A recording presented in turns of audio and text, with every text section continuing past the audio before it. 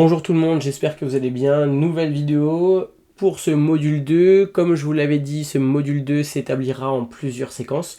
Une séquence pour les indicateurs, une séquence pour les figure chartistes, puis les supports résistance, puis les concepts ICT SMC. Enfin bref, avant de commencer et de continuer la séquence sur les indicateurs, je vous laisse 2 secondes pour mettre sur pause, lire ce petit disclaimer comme d'habitude si jamais vous n'avez pas encore pris connaissance de ce disclaimer, de vous renseigner, etc.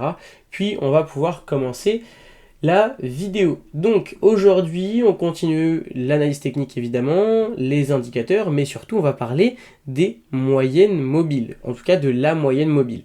On va voir à quoi ça sert, qu'est-ce que la moyenne mobile va vous aider à déterminer, à définir, à identifier, et on va essayer de voir comment on peut l'utiliser. C'est pour ça qu'il n'y a pas grand chose d'écrit, puisqu'on va aller directement sur graphique après. Donc les moyennes mobiles, à quoi ça sert? Premièrement, les moyennes mobiles vont vous aider à identifier une tendance, c'est-à-dire soit vous allez grâce aux moyennes mobiles savoir si on est plutôt sur une tendance acheteuse ou une tendance vendeuse. C'est ce que je viens d'écrire ici. Donc, soit on est haussier, soit on est baissier, et donc cela va vous permettre de voir si on a plutôt une tendance qui est là pour les acheteurs ou une tendance qui est plutôt là pour les vendeurs. C'est-à-dire on a plutôt une force acheteuse ou une force vendeuse. Troisième point, ça va vous permettre de réduire votre temps d'attention ou en tout cas de recherche. Pour quelle raison? Ça je vais m'expliquer juste après.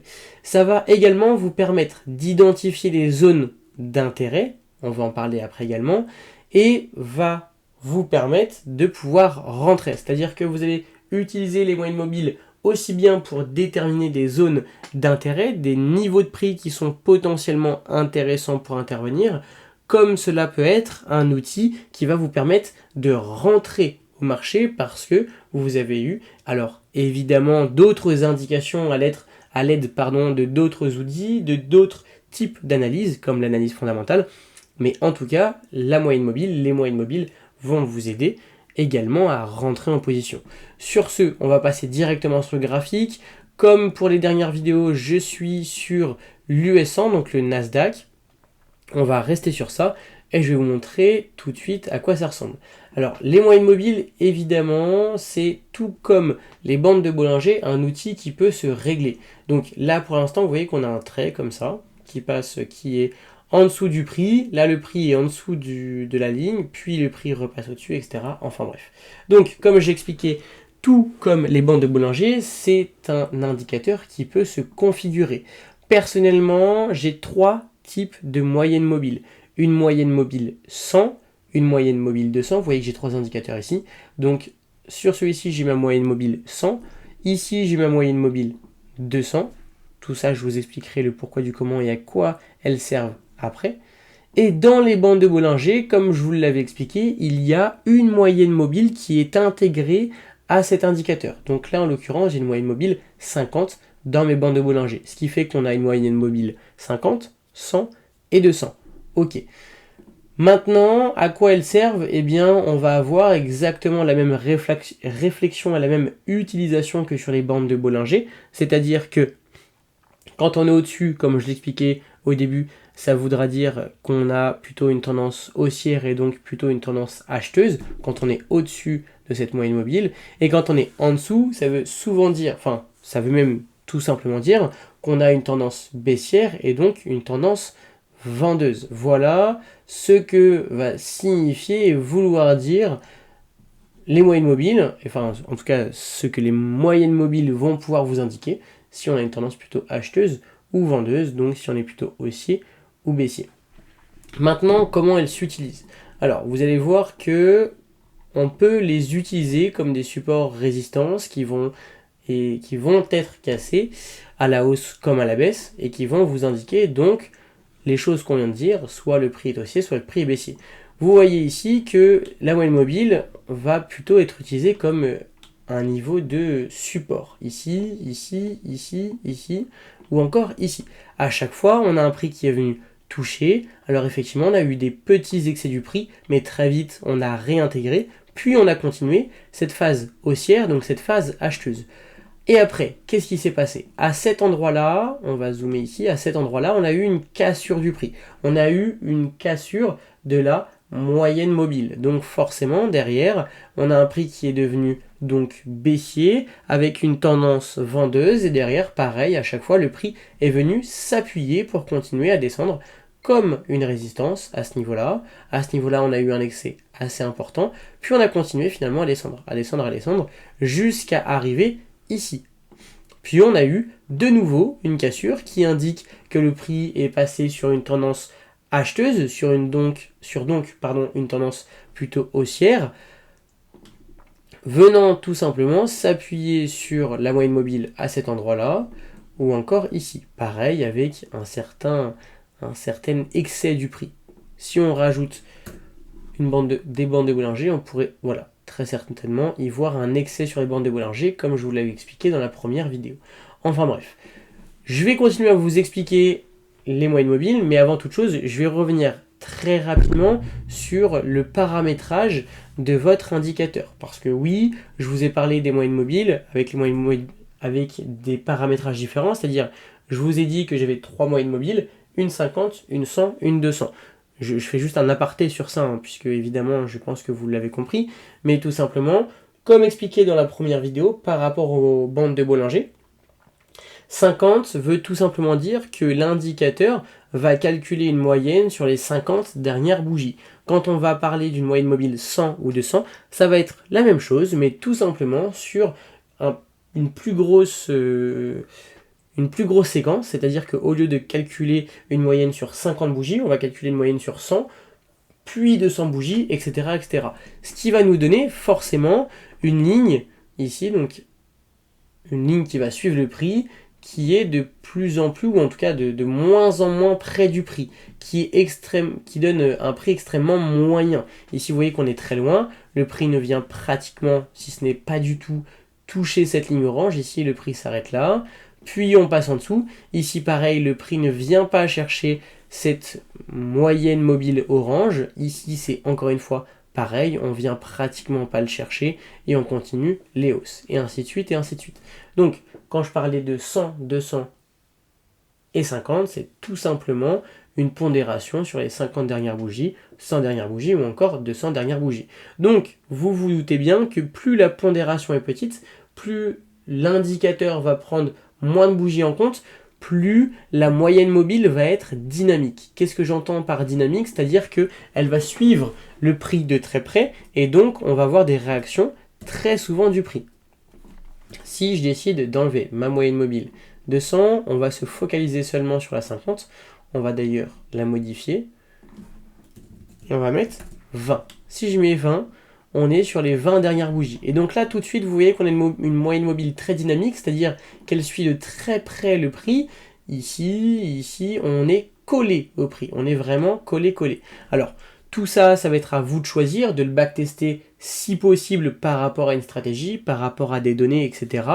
Personnellement, ce que je vous conseille, c'est d'avoir une moyenne mobile 50, 100 et 200. Ça vous permet d'avoir des moyennes assez conséquentes tout en ayant quelque chose de dynamique, c'est-à-dire que la moyenne mobile 50 vous permettra tout de même d'avoir une vue assez claire et surtout moyen terme du prix, puisque quand vous tradez à la journée, quand vous êtes des traders, il va vous falloir des informations sur la journée. Donc quand vous allez sur du M15 avec une moyenne mobile 50, vous avez bien assez d'informations pour pouvoir trader sur de la journée, travailler sur quelques heures, etc., etc. Donc voilà à quoi va vous servir les différents paramétrages 50, 100, 200, peut-être 300, 500, voire 10 ou 20, peu importe, ça sera à vous de choisir. Enfin bref.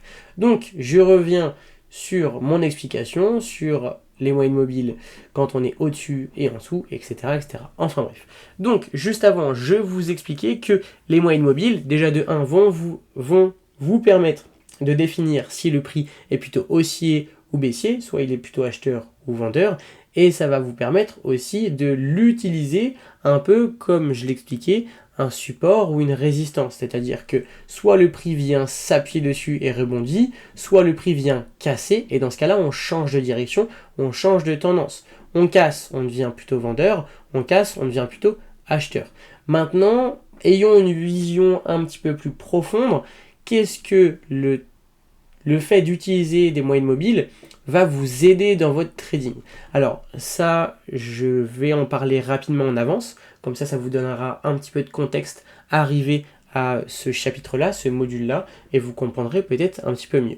Il existe, comme je l'expliquais, en tout cas vous allez le voir durant le module sur l'analyse technique, il existe plein de façons, plein de concepts pour analyser de façon technique un actif, comme ICT-SMC. ICT-SMC, c'est une méthode d'analyse sur graphique, d'analyse technique, qui est particulier et qui va vous demander énormément d'attention, de tout regarder, chaque mouvement du prix, savoir si on est haussier, baissier. Ça va vous demander énormément de temps, énormément d'énergie, parce que c'est carrément énergivore de devoir regarder et surveiller toutes ces données, que ce soit en daily, 4 heures, H1, M15, M5, etc. etc. Donc c'est extrêmement long et ça va vous demander beaucoup de temps. Avoir une moyenne mobile va vous permettre de définir une tendance sans passer tout ce temps dont je viens de vous parler. Au lieu d'identifier des break-off structures, des choches, des changements de tendance, etc. Pour l'instant, ça ne vous parle pas, je comprends bien, mais une fois que vous allez voir le chapitre, vous comprendrez mieux. Enfin bon. Donc ici, ça va tout simplement vous éviter, en fait vous allez tout simplement déléguer la tâche à un indicateur qui va vous aider à avoir une vision très très rapide de la tendance du prix. Ici, par exemple, sur l'US 100, nous sommes haussiers en daily, c'est-à-dire que de façon journalière, à la journée, nous sommes plutôt haussiers, nous sommes plutôt sur une tendance acheteuse. Et plus vous allez descendre en unité de temps, plus vous allez avoir d'informations, évidemment, mais vous allez surtout pouvoir suivre ce qui se passe sur chaque unité de temps. Là, vous voyez qu'en 4 heures, on a eu à plusieurs reprises des excès du prix, ici, mais tout en gardant une forme plutôt acheteuse, avec une dynamique d'impulsion, de retracement, d'impulsion, de retracement, d'impulsion. Là, qu'est-ce qui s'est passé ces derniers jours, dernières semaines? Alors là, je vais remettre parce qu'on est sur, de base, on était sur du 100.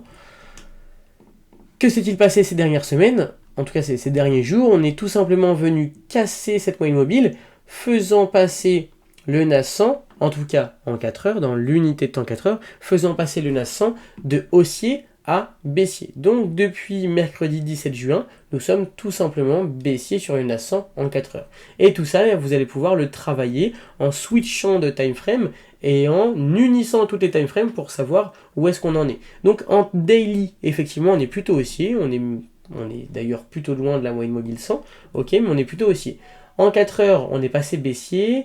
En 1 heure, on est passé baissier également. On peut regarder qu'en M15, on est très certainement... Alors, on était baissier, et là, a priori, on a un prix qui est repassé haussier. Vous voyez, pareil, exactement, on utilise les mêmes termes, les mêmes identifications que je vous ai données juste avant. C'est-à-dire que la moyenne mobile sert de support-résistance. Là, en l'occurrence, elle a servi de résistance.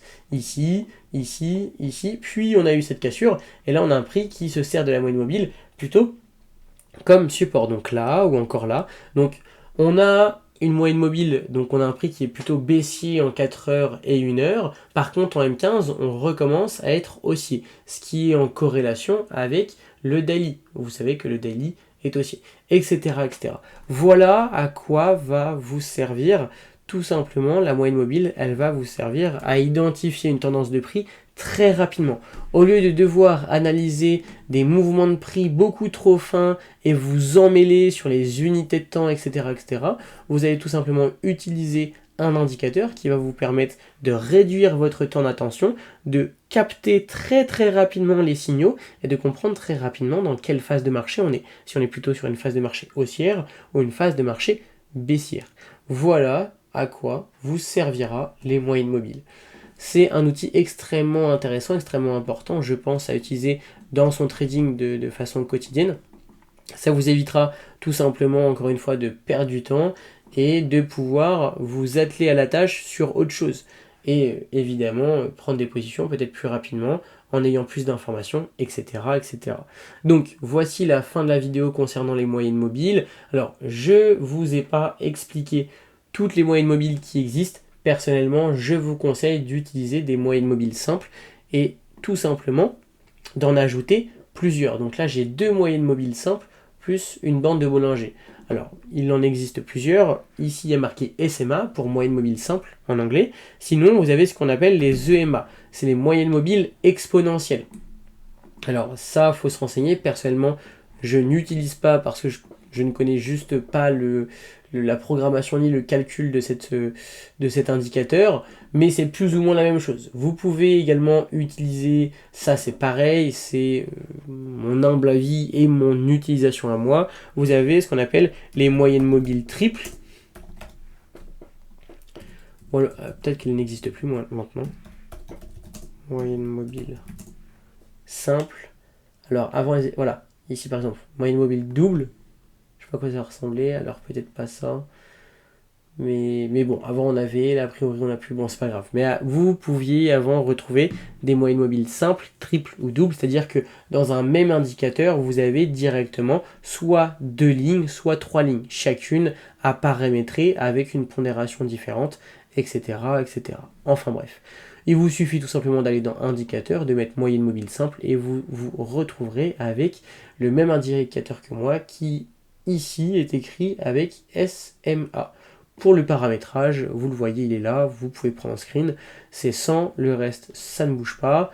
Pour celui-ci c'est pareil, c'est 200, ça ne bouge pas. Et pour les bandes de Bollinger, je vous les remets très rapidement, ici c'est 50 et le reste ne bouge pas. Enfin bon, voilà, sur ce, j'ai terminé cette petite vidéo concernant les moyennes mobiles.